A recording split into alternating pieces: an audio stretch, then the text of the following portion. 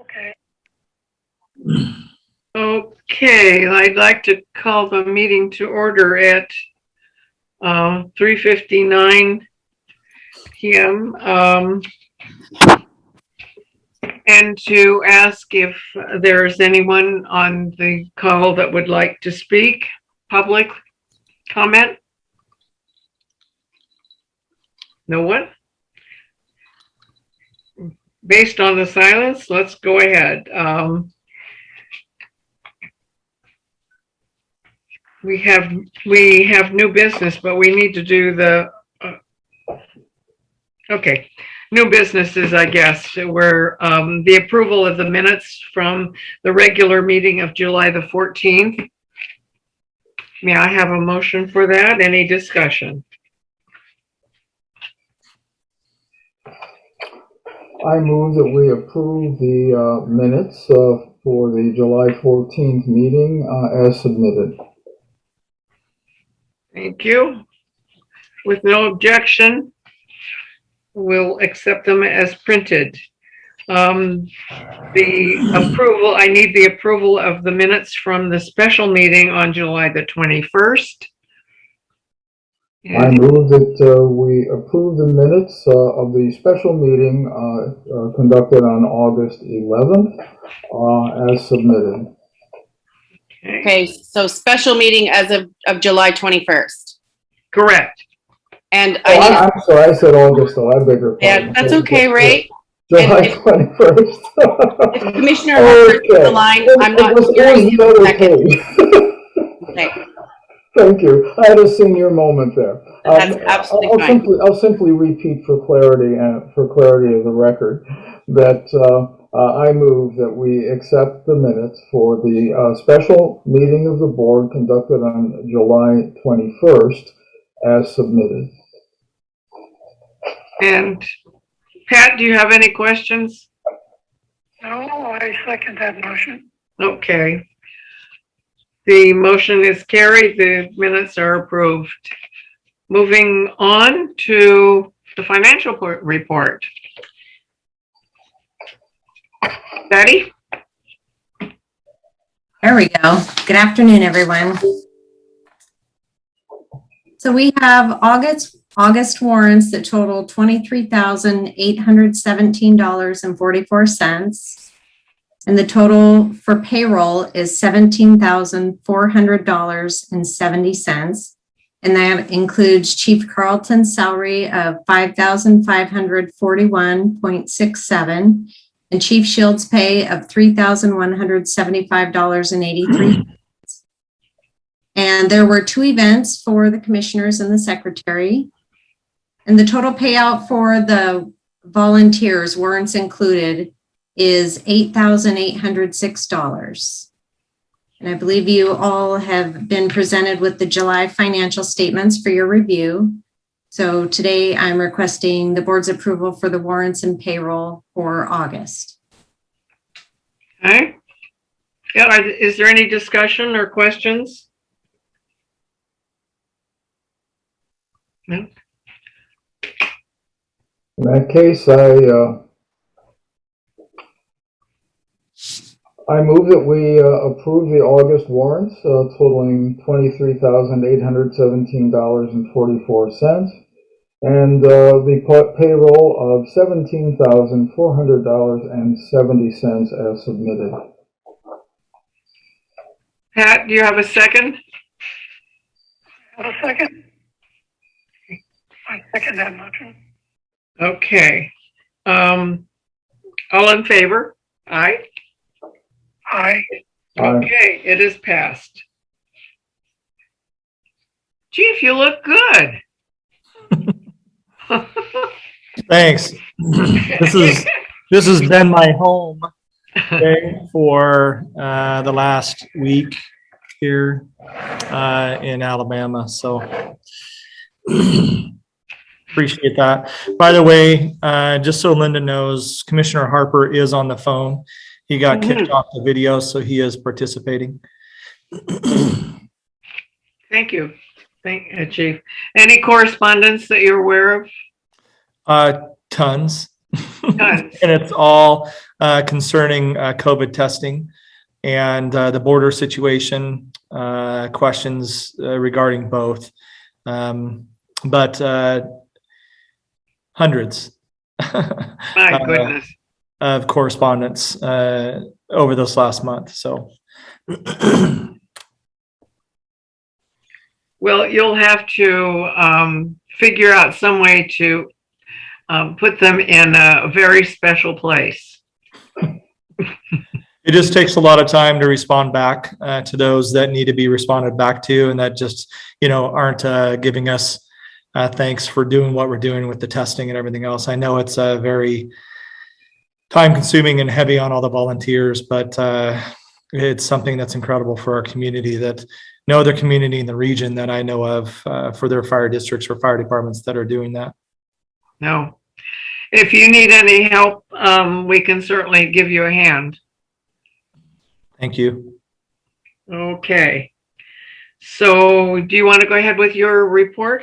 Sure. I'm going to share the screen.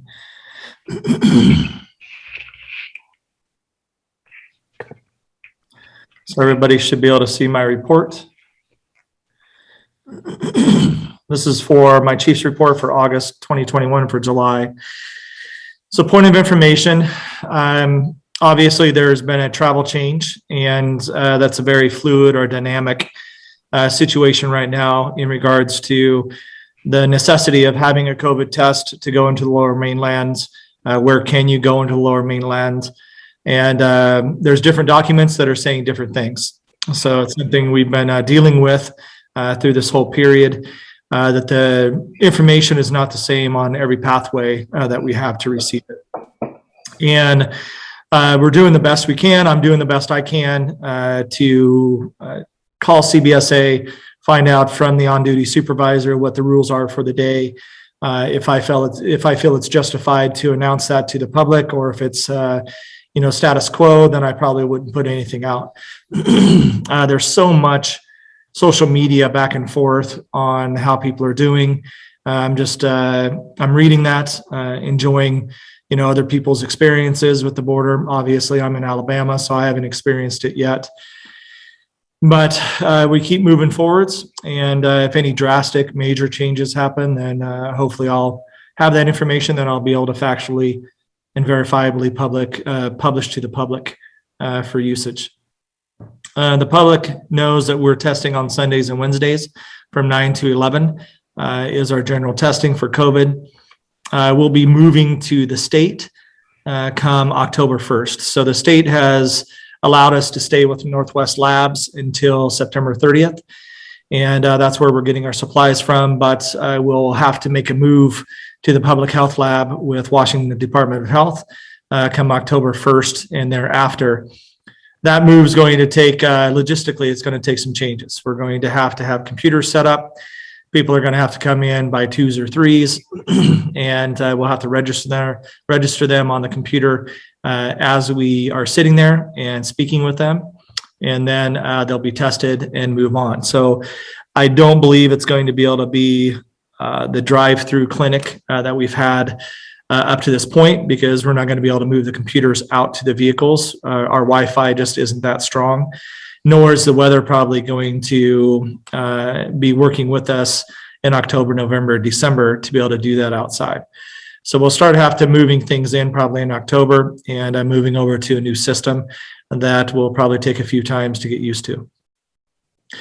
Apparatus, there's something else that I wanted to do as a point of information, we have it's been published in the newspaper. We have our open house coming up October 21st. That's going to be from 11 a.m. to 3 p.m. Obviously, Airlift is slated to come. The last few years, they haven't been able to make it because they've had emergency calls during our open house. But we hope to bring everybody together safely this year, and it'll be held at the fire hall as in years past. We'll be able to provide some food, hopefully, and just let everybody enjoy the organization, walk through the fire station, and meet the emergency responders and volunteers from other community organizations that help make this community go round and round. So apparatus, back in July, I didn't have anything to report. but I guess I'll put it under a point of information that we had two apparatus that had some engine issues. And engine 58 went down to Ford. It broke down, and this is our new mini pumper. It broke down coming back up from Bellingham. And then 858 had to go down as well. The total repair costs between the two is going to be around $30,000. And that's going to have to come out of reserve capacity in order to get that back. We have engine 58 back in the hall. 858 should be finished up by the end of the week. And I don't know if we'll be able to pick that up on Friday. It'll most likely be Monday that we'll have to pick up 858 and bring it back home. So some issues with some of the processes which help cause these failures within the membership have been corrected, and hopefully that this will never happen again. So nothing else to report on apparatus at this point. Member roster, we still have 48. We really haven't changed the roster in the last few months. 48 members, 30 Canadian, 10 Point Roberts, 8 County, 5 paramedics, 5 advanced EMTs, 3 ambassadors, and 38 firefighters. Volunteer hours for the month of July, 2,955. Volunteer payroll was 12,781 if all volunteers were getting paid. I put in 183 hours. Chief Shields put in 146, equaling 329 hours to the public and to the community in the month of July. We had 34 calls. 13 were EMS calls. We had 4 transports to St. Joseph's, 3 airlift calls, 6 no transports. None of the units from the county were utilized on our medical calls. We had 11 community paramedic visits. We had 0 agency assists and 7 public services. We had 3 fire classifications. We had 1 illegal burn and 2 smoke investigations. That completes my chief's report for the month of July for August 2021. I'm happy to take any questions. You were breaking up when you gave the date of the open house. Could you repeat that again so everybody has it? Yeah, August 21st. Thank you.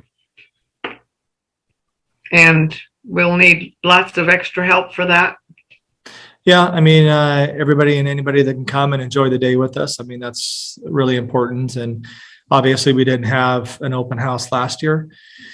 So this year we'll make sure that it's safe for the public and hopefully have a good day. Any questions for Chief? None here, this is Pat.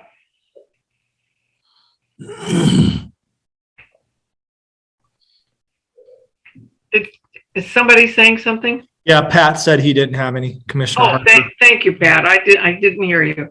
Good. Okay. Any unfinished business that we need to address?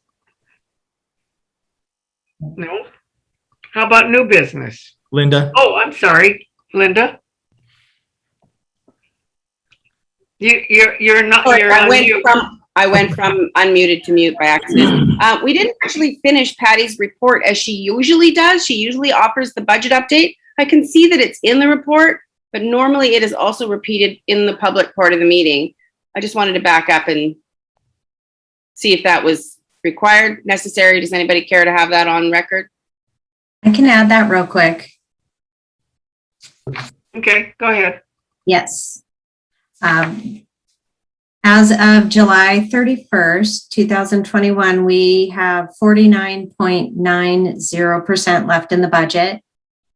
And that is comparative to 52.42% this time last year. Thanks. Absolutely. Thank you, Linda. Okay, any new business? Well, I think it's time for the chief to go back to studying so he gets a good grade at the end of this. I don't want to, actually. My head's really full today, but I probably have another 3-4 hours ahead of me this evening. So it's 2 hours ahead. So it's about 6:15 here in Alabama, and it's very hot. It's in the 90s, 80% humidity. We had a huge thunderstorm come through today. Something we don't get to experience that much in Washington, but you know, I just want to say thanks for everybody for holding the district together while I'm here in Alabama, to Assistant Chief Shields and to my captains and all the volunteers and all of you that have been putting in time with these COVID testing events that we've been doing. What do you, Commissioner Lester, you stated today that we did 107? I think it was 107. That's close. 107, and then we did 149 this last Sunday. So people want to know. So right now, to my knowledge, we have 10 people. So we have a little uptick in the community in regards to COVID cases. And, I'm not too worried about that. It's not an outbreak. So I will not use that language, but it's an uptick, and we have more people coming in from the outside. And I think it's okay. So everybody has been contacted. Everybody's isolating as they should. We actually did a grocery run for a couple today that's isolating in their home, and they gave us a grocery list, and we were able to get payment, and we charged them 30% extra for doing it. Just don't publish that. So Your administrative fee? yeah, no. But it was something that we offer, and I'm really happy that they took advantage of it, and we were able to get them quite the grocery list at the marketplace today. But that helps them stay isolated and go through the process that they need to take as well. So, but without all the volunteers, without the new people that are coming in and helping us in the community and stuff, I got to say this would not work. And my volunteer firefighters, Wednesdays are extremely difficult for us because they're at their regular jobs. So to have people come out from the community and help go through the COVID testing process and help all these people that want to be tested and want to be able to travel into Canada is just amazing. So I would just like to say thank you to everyone who's been helping. Yes. Just curious, because it's certainly conversational. Are all 10 cases breakthroughs, vaccinated persons? There's one that's not. So one is an unvaccinated individual. They actually just came into the community. They haven't been here maybe a week or two, and they decided to get tested. So it was a surprise to them because they're asymptomatic. Everybody was pretty much asymptomatic except for about 2 of the patients, but everybody else felt fine. The person that was, 2 people really had like cold symptoms, but nothing overpowering. And it seems to be pretty mild at this point. But everybody else except one at this point has been vaccinated, either with J&J, Moderna, or Pfizer. Okay. So I think the public needs to understand, when I try to explain this, that you can get the flu vaccine and still get the flu. The vaccine's point of function for you is to help you not get seriously sick, right? But you can still come down with COVID, even though you've been COVID vaccinated.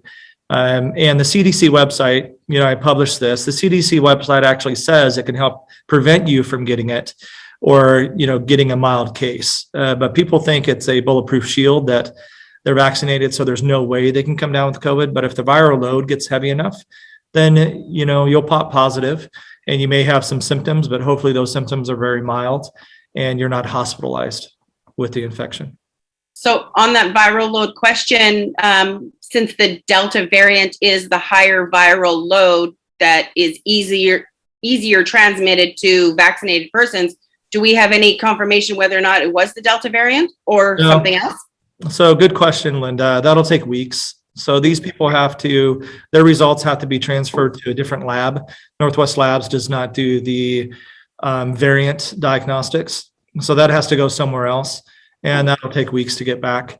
If by chance they go to the state won't give Northwest Labs the variant information. They don't share it for whatever reason. I don't understand that. Information should be freely shared back and forth, but it's not. So sometimes we're able to get the results to a different lab that will share those with Northwest Labs, and hopefully we'll find out if it is the Delta variant. Just aside, one of the patients who recently tested positive indicated to me that they had COVID already several months ago, so they had not been vaccinated because they didn't think that they needed to be vaccinated since they'd had it. And now they've had a second bout of COVID. So this really sounds more flu behavior than anything else in many ways. So I don't know if that's exactly what's happened, but that's what they're reporting to me. A lot of questions have been directed at me about cost. And I need the public to know that you may or may not receive an invoice either from Northwest Labs or the clinic. But if you do, they're very open for you to call them. If you don't have American insurance, that needs to be explained to them. And then they have ways to maybe send that invoice down to the state for payment and or the feds. But don't be worried about the invoice. I think there's ways to overcome that if you are invoiced. Right now, we're under a purchase order with Washington State DOH. So the majority of our COVID testing here in Point Roberts should be going to the state by invoices.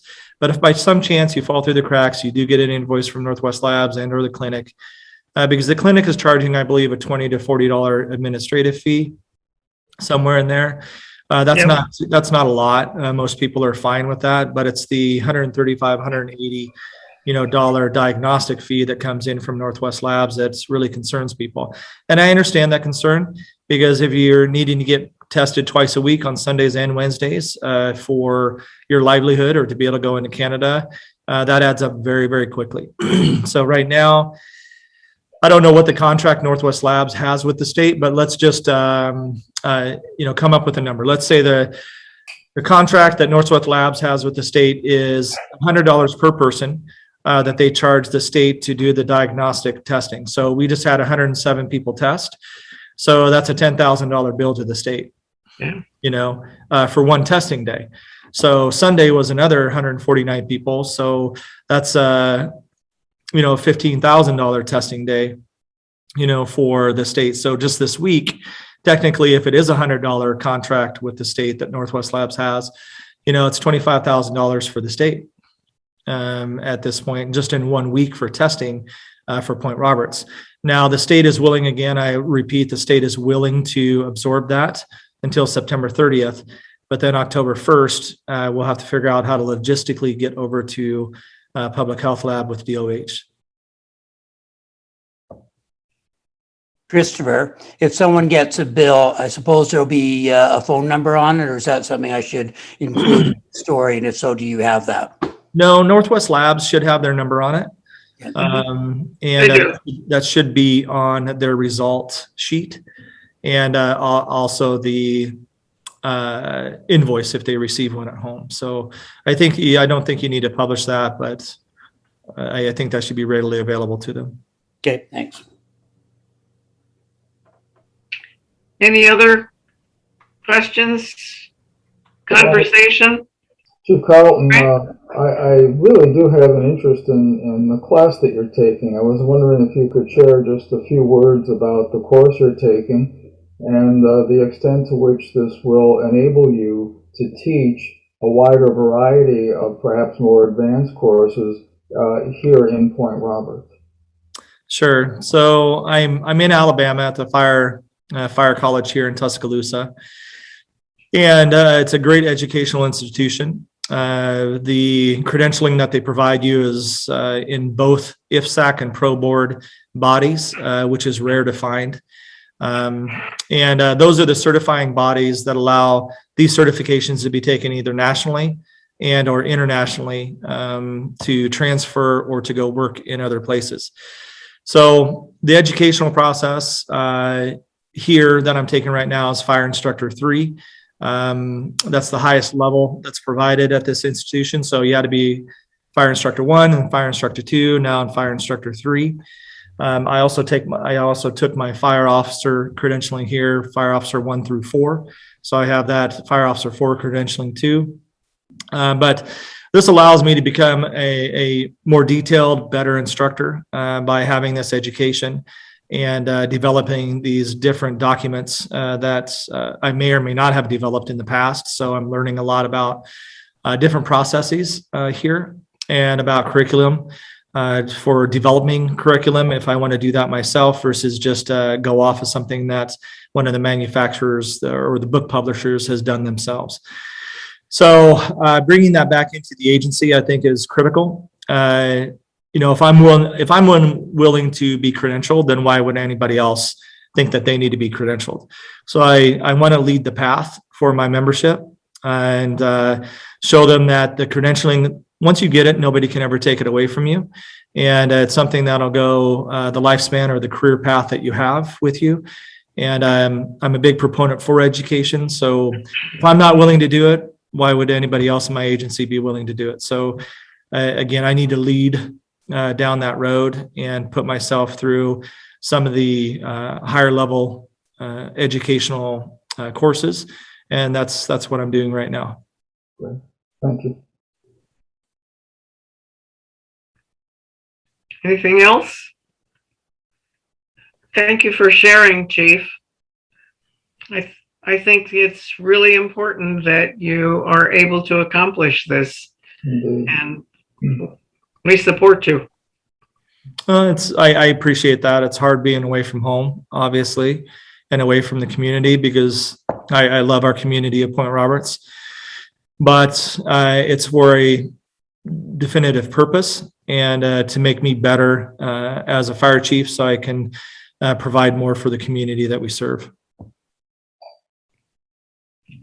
Thank you. Any other comments? Questions? No? We're holding the Nat? Yes. We're holding it together so it'll still be in one piece when you get back. We're holding it together and it'll be in one piece when I get back, is what he said. So, well, as long as my house is still standing, if we have an earthquake, I don't want anybody to get hurt, but if my house is sitting on beachfront property at that point, it's okay.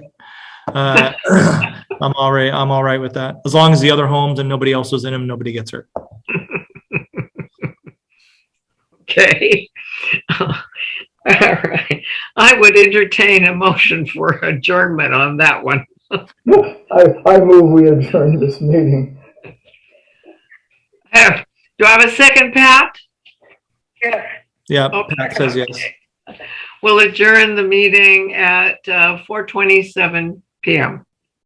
Thank you all. Thank you. Thanks, everybody. Thank you, Chief, for being here. Yeah, Thank you. Bye-bye. Bye.